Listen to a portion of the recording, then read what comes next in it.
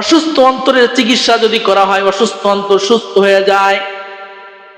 আর অসুস্থ অন্তরকে যদি আপনি রেখে দেন, সুস্থ করার ব্যাপারে যদি আপনার কোনো চিন্তা চেতনা না থাকে, যদি আপনি চিকিৎসা না করেন, আল্লাহ বলেন ফি কুলুবিহিম মারাদুন ফাযাদাহুমুল্লাহু মারাদা।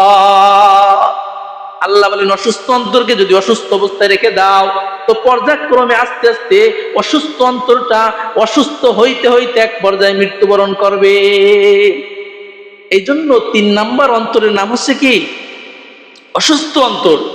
অসুস্থ অন্তরের চিকিৎসা করলে সুস্থ হয়ে যায়, চিকিৎসা না করলে অসুস্থ অন্তর পর্যায়ক্রমে মৃত্যুবরণ করে।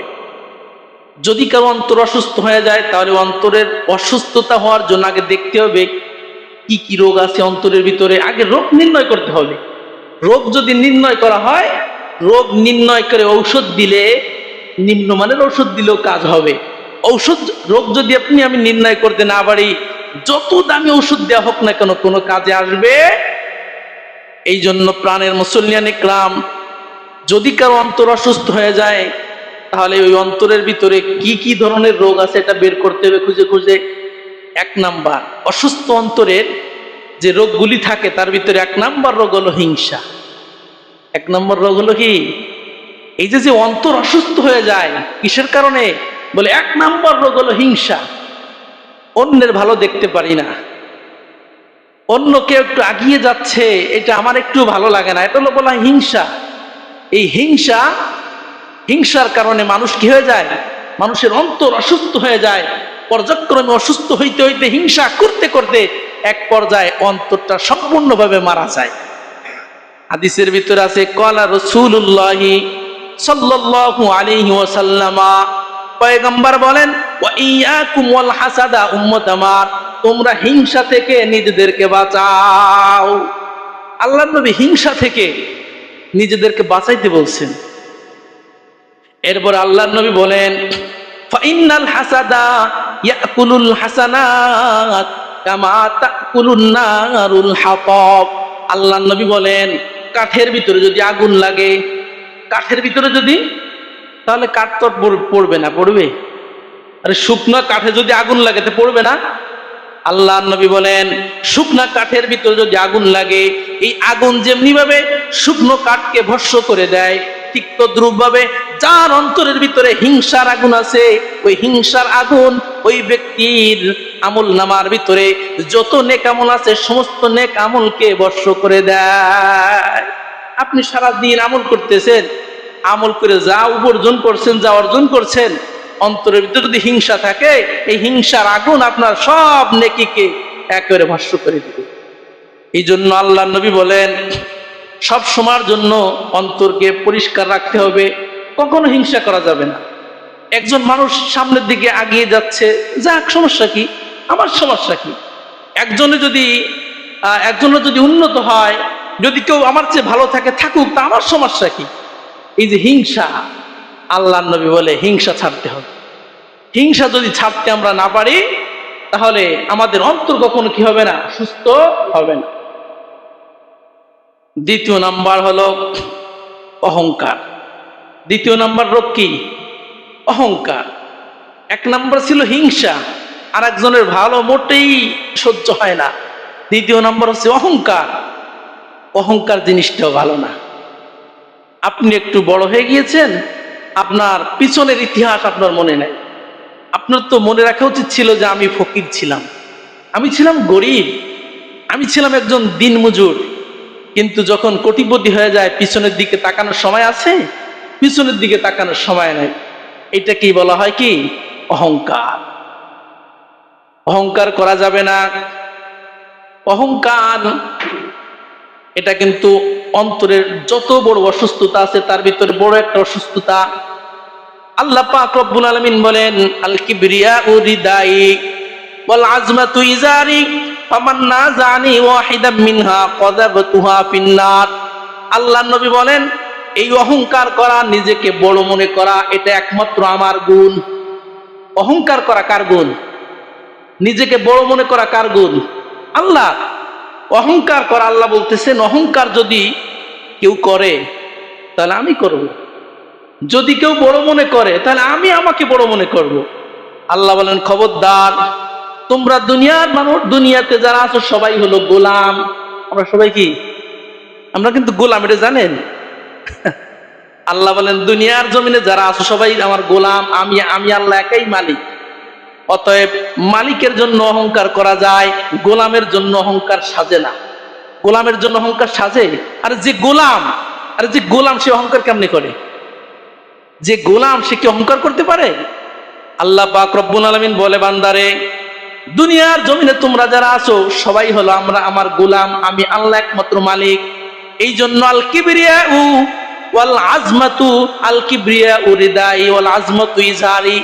আল্লাহ বলেন অহংকার করা এবং নিজেকে বড় মনে করা এটা হচ্ছে আমার লুঙ্গি, আমার চাদর। অহংকার করা কার চাদর? আল্লাহর চাদর। নিজেকে বড় মনে করা, আল্লাহ বলেন আমার লুঙ্গি, আমার পাজামা। এক কথায় অহংকার এবং নিজেকে বড় মনে করা এটা হচ্ছে আল্লাহ তাআলার পোশাক। আল্লাহ বলেন ফামান নাযানি ওয়াহিদাম মিনহুমা কাযাবতুহু বিন্নার। আল্লাহ বলে দুনিয়ার কোন মানুষ যদি আমার পোশাক নিয়ে টানাটানি করে আমি তাদের সরাসরি জাহান্নামে নিক্ষেপ করব। আপনার পোশাক নিয়ে যদি কেউ টানাটানি করে আপনি কি তারে খাতির করবেন? সে আপনার যত বড় হোক না কেন, যে আপনার পোশাক নিয়ে টানাটানি করতেছে তারে আপনি ছাড় দিবেন? আল্লাহ বলেন নিজেকে বড় মনে করা, অহংকার করা এটা হচ্ছে আমার পোশাক। আমার পোশাক নিয়ে যারা টানাটানি করবে আমি তাদেরকে সরাসরি জাহান্নামে নিক্ষেপ করব। ভাইরা আমার, বন্ধুরা আমার, ওই যে ইবলিস শয়তানের দিকে তাকান। জ্ঞান গরিমার অভাব ছিল না। আল্লাহ তাআলা বললেন উসজুদুলি আদম, উসজুদলি আদম, আদমকে তুমি সিজদা করো। আল্লাহ পাক রব্বুল আলামিন যখন আদম আলাইহিস সালাতু ওয়াস সালামকে সিজদা করার আদেশ দিলেন সমস্ত ফেরেশতারা সিজদা করেছে ইল্লা ইবলিস। ইবলিস কয় আল্লাহ আমি এই সিজদা করতে পারবো না। কেন, তোমার সমস্যা কি? আবা ওয়াস্তাকবারা ওয়া কানা মিনাল কাফিরিন। কয় আল্লাহ আমি সিজদা করতে পারবো না। কেন, তোমার সমস্যাটা কি? লক্ষ লক্ষ কোটি কোটি ফেরেশতারা যদি আদমকে সিজদা করতে পারে তাহলে তুমি কেন পারবা না? তো দলিল দাঁড় করাইস, খালাকতানি মিন নারি ওয়া খালাকতাহু মিন তিন। আল্লাহ আপনি আদমরে সৃষ্টি করেছেন মাটি দিয়ে, আর আমি ইবলিস আমাকে বানিয়েছেন কি দিয়ে? আগুন দিয়ে। তো আগুনের গতি উপরে না নিচে? আগুনের গতি উপরে, মাটির নিচে, মাটির গতি নিচে। তাহলে মাটির দাম বেশি না আগুনের দাম বেশি? আগুনের দাম বেশি। আগুনের গতি যেহেতু উপরে, মাটির গতি যেহেতু নিচে, অতএব আমি আগুন দিয়ে তৈরি, আমি ওই মাটি দিয়ে তৈরি, আদমকে সিজদা করতে পারবো না। আল্লাহ বললেন যেহেতু তুমি অহংকার করেছো, আবা ওয়াস্তাকবারা ওয়া কানা মিনাল কাফিরিন, সে যখন অস্বীকার করলো সিজদা করতে এবং যখন সে অহংকার করলো সঙ্গে সঙ্গে সে কাফের হয়ে গেল। এই জন্য অহংকার করা যাবে না। অহংকার, তাহলে অন্তরের যত অসুস্থতা আছে তার ভিতরে এক নাম্বার অসুস্থতা হলো কি? হিংসা। দ্বিতীয় নাম্বার অহংকার। 3 নাম্বার কুদৃষ্টি। অন্তরের যত রোগ আছে তার ভিতরে 3 নাম্বার রোগ হচ্ছে কুদৃষ্টি। দৃষ্টিকে হেফাজত করতে হবে। দৃষ্টিকে হেফাজত এটা শুধুমাত্র যুবকদের জন্য না। আমরা অনেক সময় মনে করি কুদৃষ্টি মনে হয় শুধুমাত্র যুবকদের ভিতরেই থাকে। কুদৃষ্টি এটা মুরব্বীরাও করতে পারে। কত সব মুরব্বী না, কত মুরব্বিয়ান একরাম আছে দৃষ্টি ভালো না, বিভিন্ন মোড়ে মোড়ে বসে থাকে। কার মেয়ে স্কুলে যাচ্ছে, কার মেয়ে কোন দিকে যাচ্ছে সারাদিন নজর করে। আছে না নাই? অসংখ্য গণিত মানুষ আছে। এই জন্য আল্লাহ নবী বলেন অন্তরের ভিতরে যত অসুস্থতা আছে তার ভিতরে বড় একটা অসুস্থতা হচ্ছে কুদৃষ্টি। আর নজরতু ইলাল মারআতি সাহমুন মাসুমুন সিহামুন মিন সিহাম ইবলিস। আল্লাহ নবী বলেন একজন বেগানা নারীর দিকে নজর করা এটা হচ্ছে ইবলিস শয়তানের বিষযুক্ত তীর সমূহের মধ্য থেকে অন্যতম একটা তীর। এই জন্য আপনার আমার চোখের কি করতে হবে? হেফাজত করতে হবে। আল্লাহ বলেন ওয়ায়ালামু খাইনাতাল আয়ুনি ওয়া মা তুকফিস সুদূর। আল্লাহ বলেন ও বান্দা তোমার চোখের খেয়ানত সম্পর্কে, এমনকি তোমার অন্তরের পরিকল্পনা সম্পর্কে আমি জানি। আপনি আমি চোখ দিয়ে কোন দিকে তাকাই এটা তো অনেক দূরের কথা। আল্লাহ বলেন তোমাদের অন্তরের ভিতরে যে কল্পনা আছে, পরিকল্পনা আছে, ওই বিষয়ে আমি জানি। তাহলে সম্মানিত মুসল্লিয়ান ইকরাম, 3 নম্বরে আমরা কুদৃষ্টি থেকে সবসময় নিজেকে বাঁচায় রাখবো। আর 4 নম্বর রোগ হলো রিয়া। 4 নম্বর রোগ হলো কি? অন্তরের 4 নম্বর রোগ হচ্ছে রিয়া। রিয়া মানে হলো মানুষকে দেখানোর জন্য কাজ করা। নামাজ পড়তেছি মানুষ দেখানোর জন্য, দান করতেছি মানুষ দেখানোর জন্য। এক কথা ইবাদত বন্দেগী মানুষ দেখানোর জন্য করলে তার নাম হয় রিয়া। তার নাম হয় কি? রিয়া।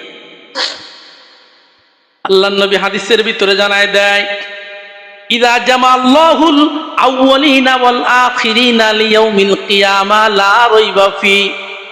কিয়ামতের ময়দানে সব মানুষকে যখন আল্লাহ তাআলা জমা করবেন, এই কিয়ামতের ময়দানে লক্ষ লক্ষ মানুষের সামনে ইদনাদা মুনাদিন, একজন ঘোষক আল্লাহর পক্ষ থেকে ঘোষণা করবে, মান আশরাকা ফি আমালিন আমিলাহু লিল্লাহ ফালইয়াতলুব সাওয়াবাহু মিন গায়রিল্লাহ। একজন ঘোষক ঘোষণা করবে, দুনিয়ার জমিনে যারা নামাজ পড়েছো, ইবাদত বন্দেগী করেছো মানুষ দেখানোর জন্য, ওই ব্যক্তিগুলা আজ কিয়ামতের ময়দানে আল্লাহর কাছ থেকে কোনো নেকি পাবা না। নাউজুবিল্লাহ। আমরা যারা মানুষ দেখানোর জন্য ইবাদত বন্দেগী করেছি, কিয়ামতের ময়দানে লক্ষ লক্ষ কোটি কোটি মানুষের সামনে একজন ঘোষক ঘোষণা দিবে, দুনিয়াতে যারা মানুষ দেখানোর জন্য আমল করেছো তারা আল্লাহ তাআলার কাছ থেকে কোনো নেকি পাবা না, কোনো সওয়াব পাবা না, এর বিনিময় দুনিয়ার মানুষের কাছ থেকে নাও। নাউজুবিল্লাহ। এই জন্য মানুষ দেখানোর জন্য যদি আমরা আমল করি তাহলে কিয়ামতের ময়দানে বিপদে পড়ে যেতে হবে। হাদিসের ভিতরে আছে, কিয়ামতের কঠিন ময়দানে আল্লাহ তাআলা যখন বিচার কার্য শুরু করবেন, সর্বপ্রথম আল্লাহ তাআলা 3 শ্রেণীর মানুষের বিচার করবেন। 1 নাম্বার শহীদ। 1 নাম্বার কি? শহীদ। কিয়ামতের ময়দানে আল্লাহ তাআলা একজন শহীদকে ডাক দিবেন। শহীদকে ডাক দিয়ে বলবেন, ও শহীদ, দুনিয়ার জমিনে কি জন্য যুদ্ধ করেছো? কি জন্য দুনিয়ার জমিনে জিহাদ করেছো বলো? তো ওই শহীদ বলবে, রব্বুল আলামিন লিওয়াজহিল্লাহ, আপনাকে সন্তুষ্ট করার জন্য, আপনাকে খুশি করার জন্য দুনিয়ার জমিনে জিহাদ করে আমি শাহাদাত বরণ করেছি। আল্লাহ পাক রব্বুল আলামিন বলবেন, কাযাবতা, তুমি সম্পূর্ণ মিথ্যা কথা বলেছো। দুনিয়ার জমিনে তুমি যে যুদ্ধ করেছো আমাকে খুশি করার জন্য না, বরং মানুষের বাহবা পাওয়ার জন্য। মানুষে বলবে যে অমকের ছেলে যুদ্ধের ময়দানে গিয়েছে, শাহাদাত বরণ করেছে, মানুষের কাছে তোমার একটা সুনাম সুখ্যাতি ছড়িয়ে পড়বে, এই জন্য তুমি যুদ্ধ করেছো। মূলত আমি আল্লাহ তাআলাকে রাজি খুশি করার জন্য যুদ্ধ করো নাই। অতএব তোমার ঠিকানা জান্নাত নয়, তোমার ঠিকানা জাহান্নাম। চিল্লায় বলেন নাউজুবিল্লাহ। যেই লোকটা জিহাদ করছে কিসের জন্য? মানুষ দেখানোর জন্য। এরপরে আল্লাহ তাআলা একজন দানশীলকে ডাকবেন। দানশীলকে ডাক দিয়ে বলবেন, ও দানশীল, দুনিয়ার জমিনে আমি আল্লাহ তাআলা তোমাকে সম্পদ দিয়েছিলাম, এবার বলো এই সম্পদ কি করেছো? এই দানশীল বলবে, রব্বুল আলামিন, আপনার দেওয়া সম্পদ আমি আল্লাহর রাস্তায়, আপনার রাস্তায়, আপনাকে রাজি করার জন্য, খুশি করার জন্য খরচ করেছিলাম। আল্লাহ পাক রব্বুল আলামিন ওই লোকটাকেও বলবে, তুমি মিথ্যা কথা বলছো, আমাকে খুশি করার জন্য তুমি দান করো নাই, বরং তুমি দান করেছো সামনে নির্বাচন আছে, নির্বাচনে নির্বাচিত হওয়ার জন্য তুমি দান করেছো। দেখবেন কিছু মানুষ আছে সারা বছর দান সত্তার খবর নাই, নির্বাচন যখন চলে আসে তখন বিভিন্ন মাদ্রাসা, বিভিন্ন মসজিদ, বিভিন্ন এলাকায় যে যে বিশাল বড় বড় একটা দানের ঘোষণা করে না? আপনাদের এলাকায় নাই, আমাদের এলাকায় এরকমের আছে, আমাদের এলাকায় এরকমের আছে। তো এইভাবে যারা মানুষ দেখানোর জন্য এরকমের দানের ঘোষণা করে, ওদেরকে আল্লাহ তাআলা বলবেন, না, আমি আল্লাহ তাআলাকে খুশি করার জন্য তুমি দান করো নাই, বরং তুমি দান করেছো মানুষকে দেখানোর জন্য, তোমার স্বার্থ হাসিল করার জন্য তুমি দান করেছো। অতএব তোমার ঠিকানাও জান্নাত নয়, তোমার ঠিকানাও জাহান্নাম। 3 নম্বরে আল্লাহ তাআলা আলেমদেরকে ধরবে। অনেকে বলতেছে, হুজুর সবার কথাই তো বললেন, আপনাকে হুজুর কি কথা কিছু বলেন? হ্যাঁ বাজান, আমাদের কথাও আছে। 3 নম্বর আল্লাহ পাক রব্বুল আলামিন একজন আলেমকে ডাক দিবে, আলেম, আমি রব্বুল আলামিন ইলম দিয়েছিলাম, আপনি আপনার ইলমকে কোন কাজে ব্যয় করছেন বলেন। তখন আলেম সাহেব বলবে, রব্বুল আলামিন আপনার দেওয়া ইলম আপনার দেওয়া জ্ঞান, কোরআন সুন্নাহর ইলম আমি মানুষের মাঝে বিতরণ করেছিলাম। আমি নিজে কোরআন শিখেছিলাম। আমি হাজার হাজার লক্ষ লক্ষ তালিবুল ইলম তৈরি করেছি আপনার জন্য, আপনাকে খুশি করার জন্য। মানুষকে কোরআন ও হাদিসের কথা শুনিয়েছি আপনাকে রাজি করার জন্য, আপনাকে খুশি করার জন্য।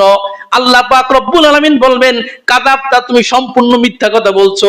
তুমি মাদ্রাসায় পড়াচ্ছো আমাকে খুশি করার জন্য নয়, তুমি বয়ান করতেছো এটাও আমাকে খুশি করার জন্য না, এটা একমাত্র তোমার স্বার্থে। কিসের স্বার্থে?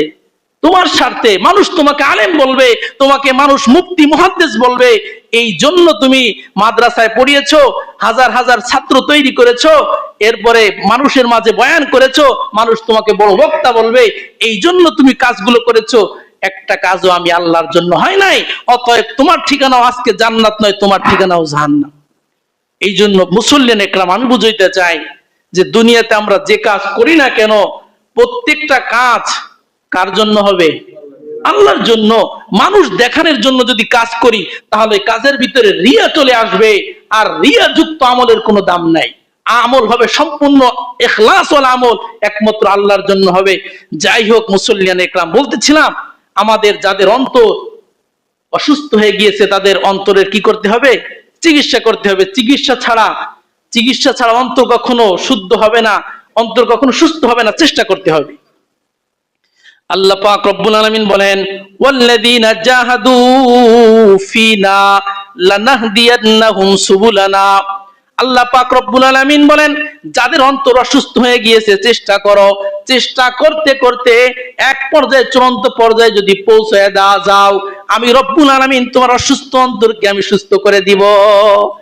আর যদি আপনার আমার কোনো চেষ্টা না থাকে, অন্তর অসুস্থ, পর্যায়ক্রমে অসুস্থ হয়ে যাচ্ছে, কোনো ফিকির নাই, কোনো টেনশন নাই, কোনো চিন্তা নাই, তাহলে মুসলমান ভাইয়ের আমার, এই অন্তরটা পর্যায়ক্রমে আরো কি হয়ে যাবে?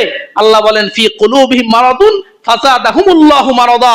যারা তাদের অসুস্থ অন্তরের চিকিৎসা করে না, আল্লাহ বলেন ওদের অসুস্থ অন্তরকে আমি আরো বেশি কি করে দিব? অসুস্থ করে দিব। এই জন্য সম্মানিত মুসল্লিন একরাম, আমার আজকের আলোচ্য বিষয় ছিল আত্মশুদ্ধি, অন্তরকে পরিশুদ্ধ করা, অন্তরকে গুনাহমুক্ত করা। আল্লাহ পাক রব্বুল আলামিন আমাদের সকলকে কথাগুলির উপরে পরিপূর্ণভাবে আমল করার তৌফিক দান করেন।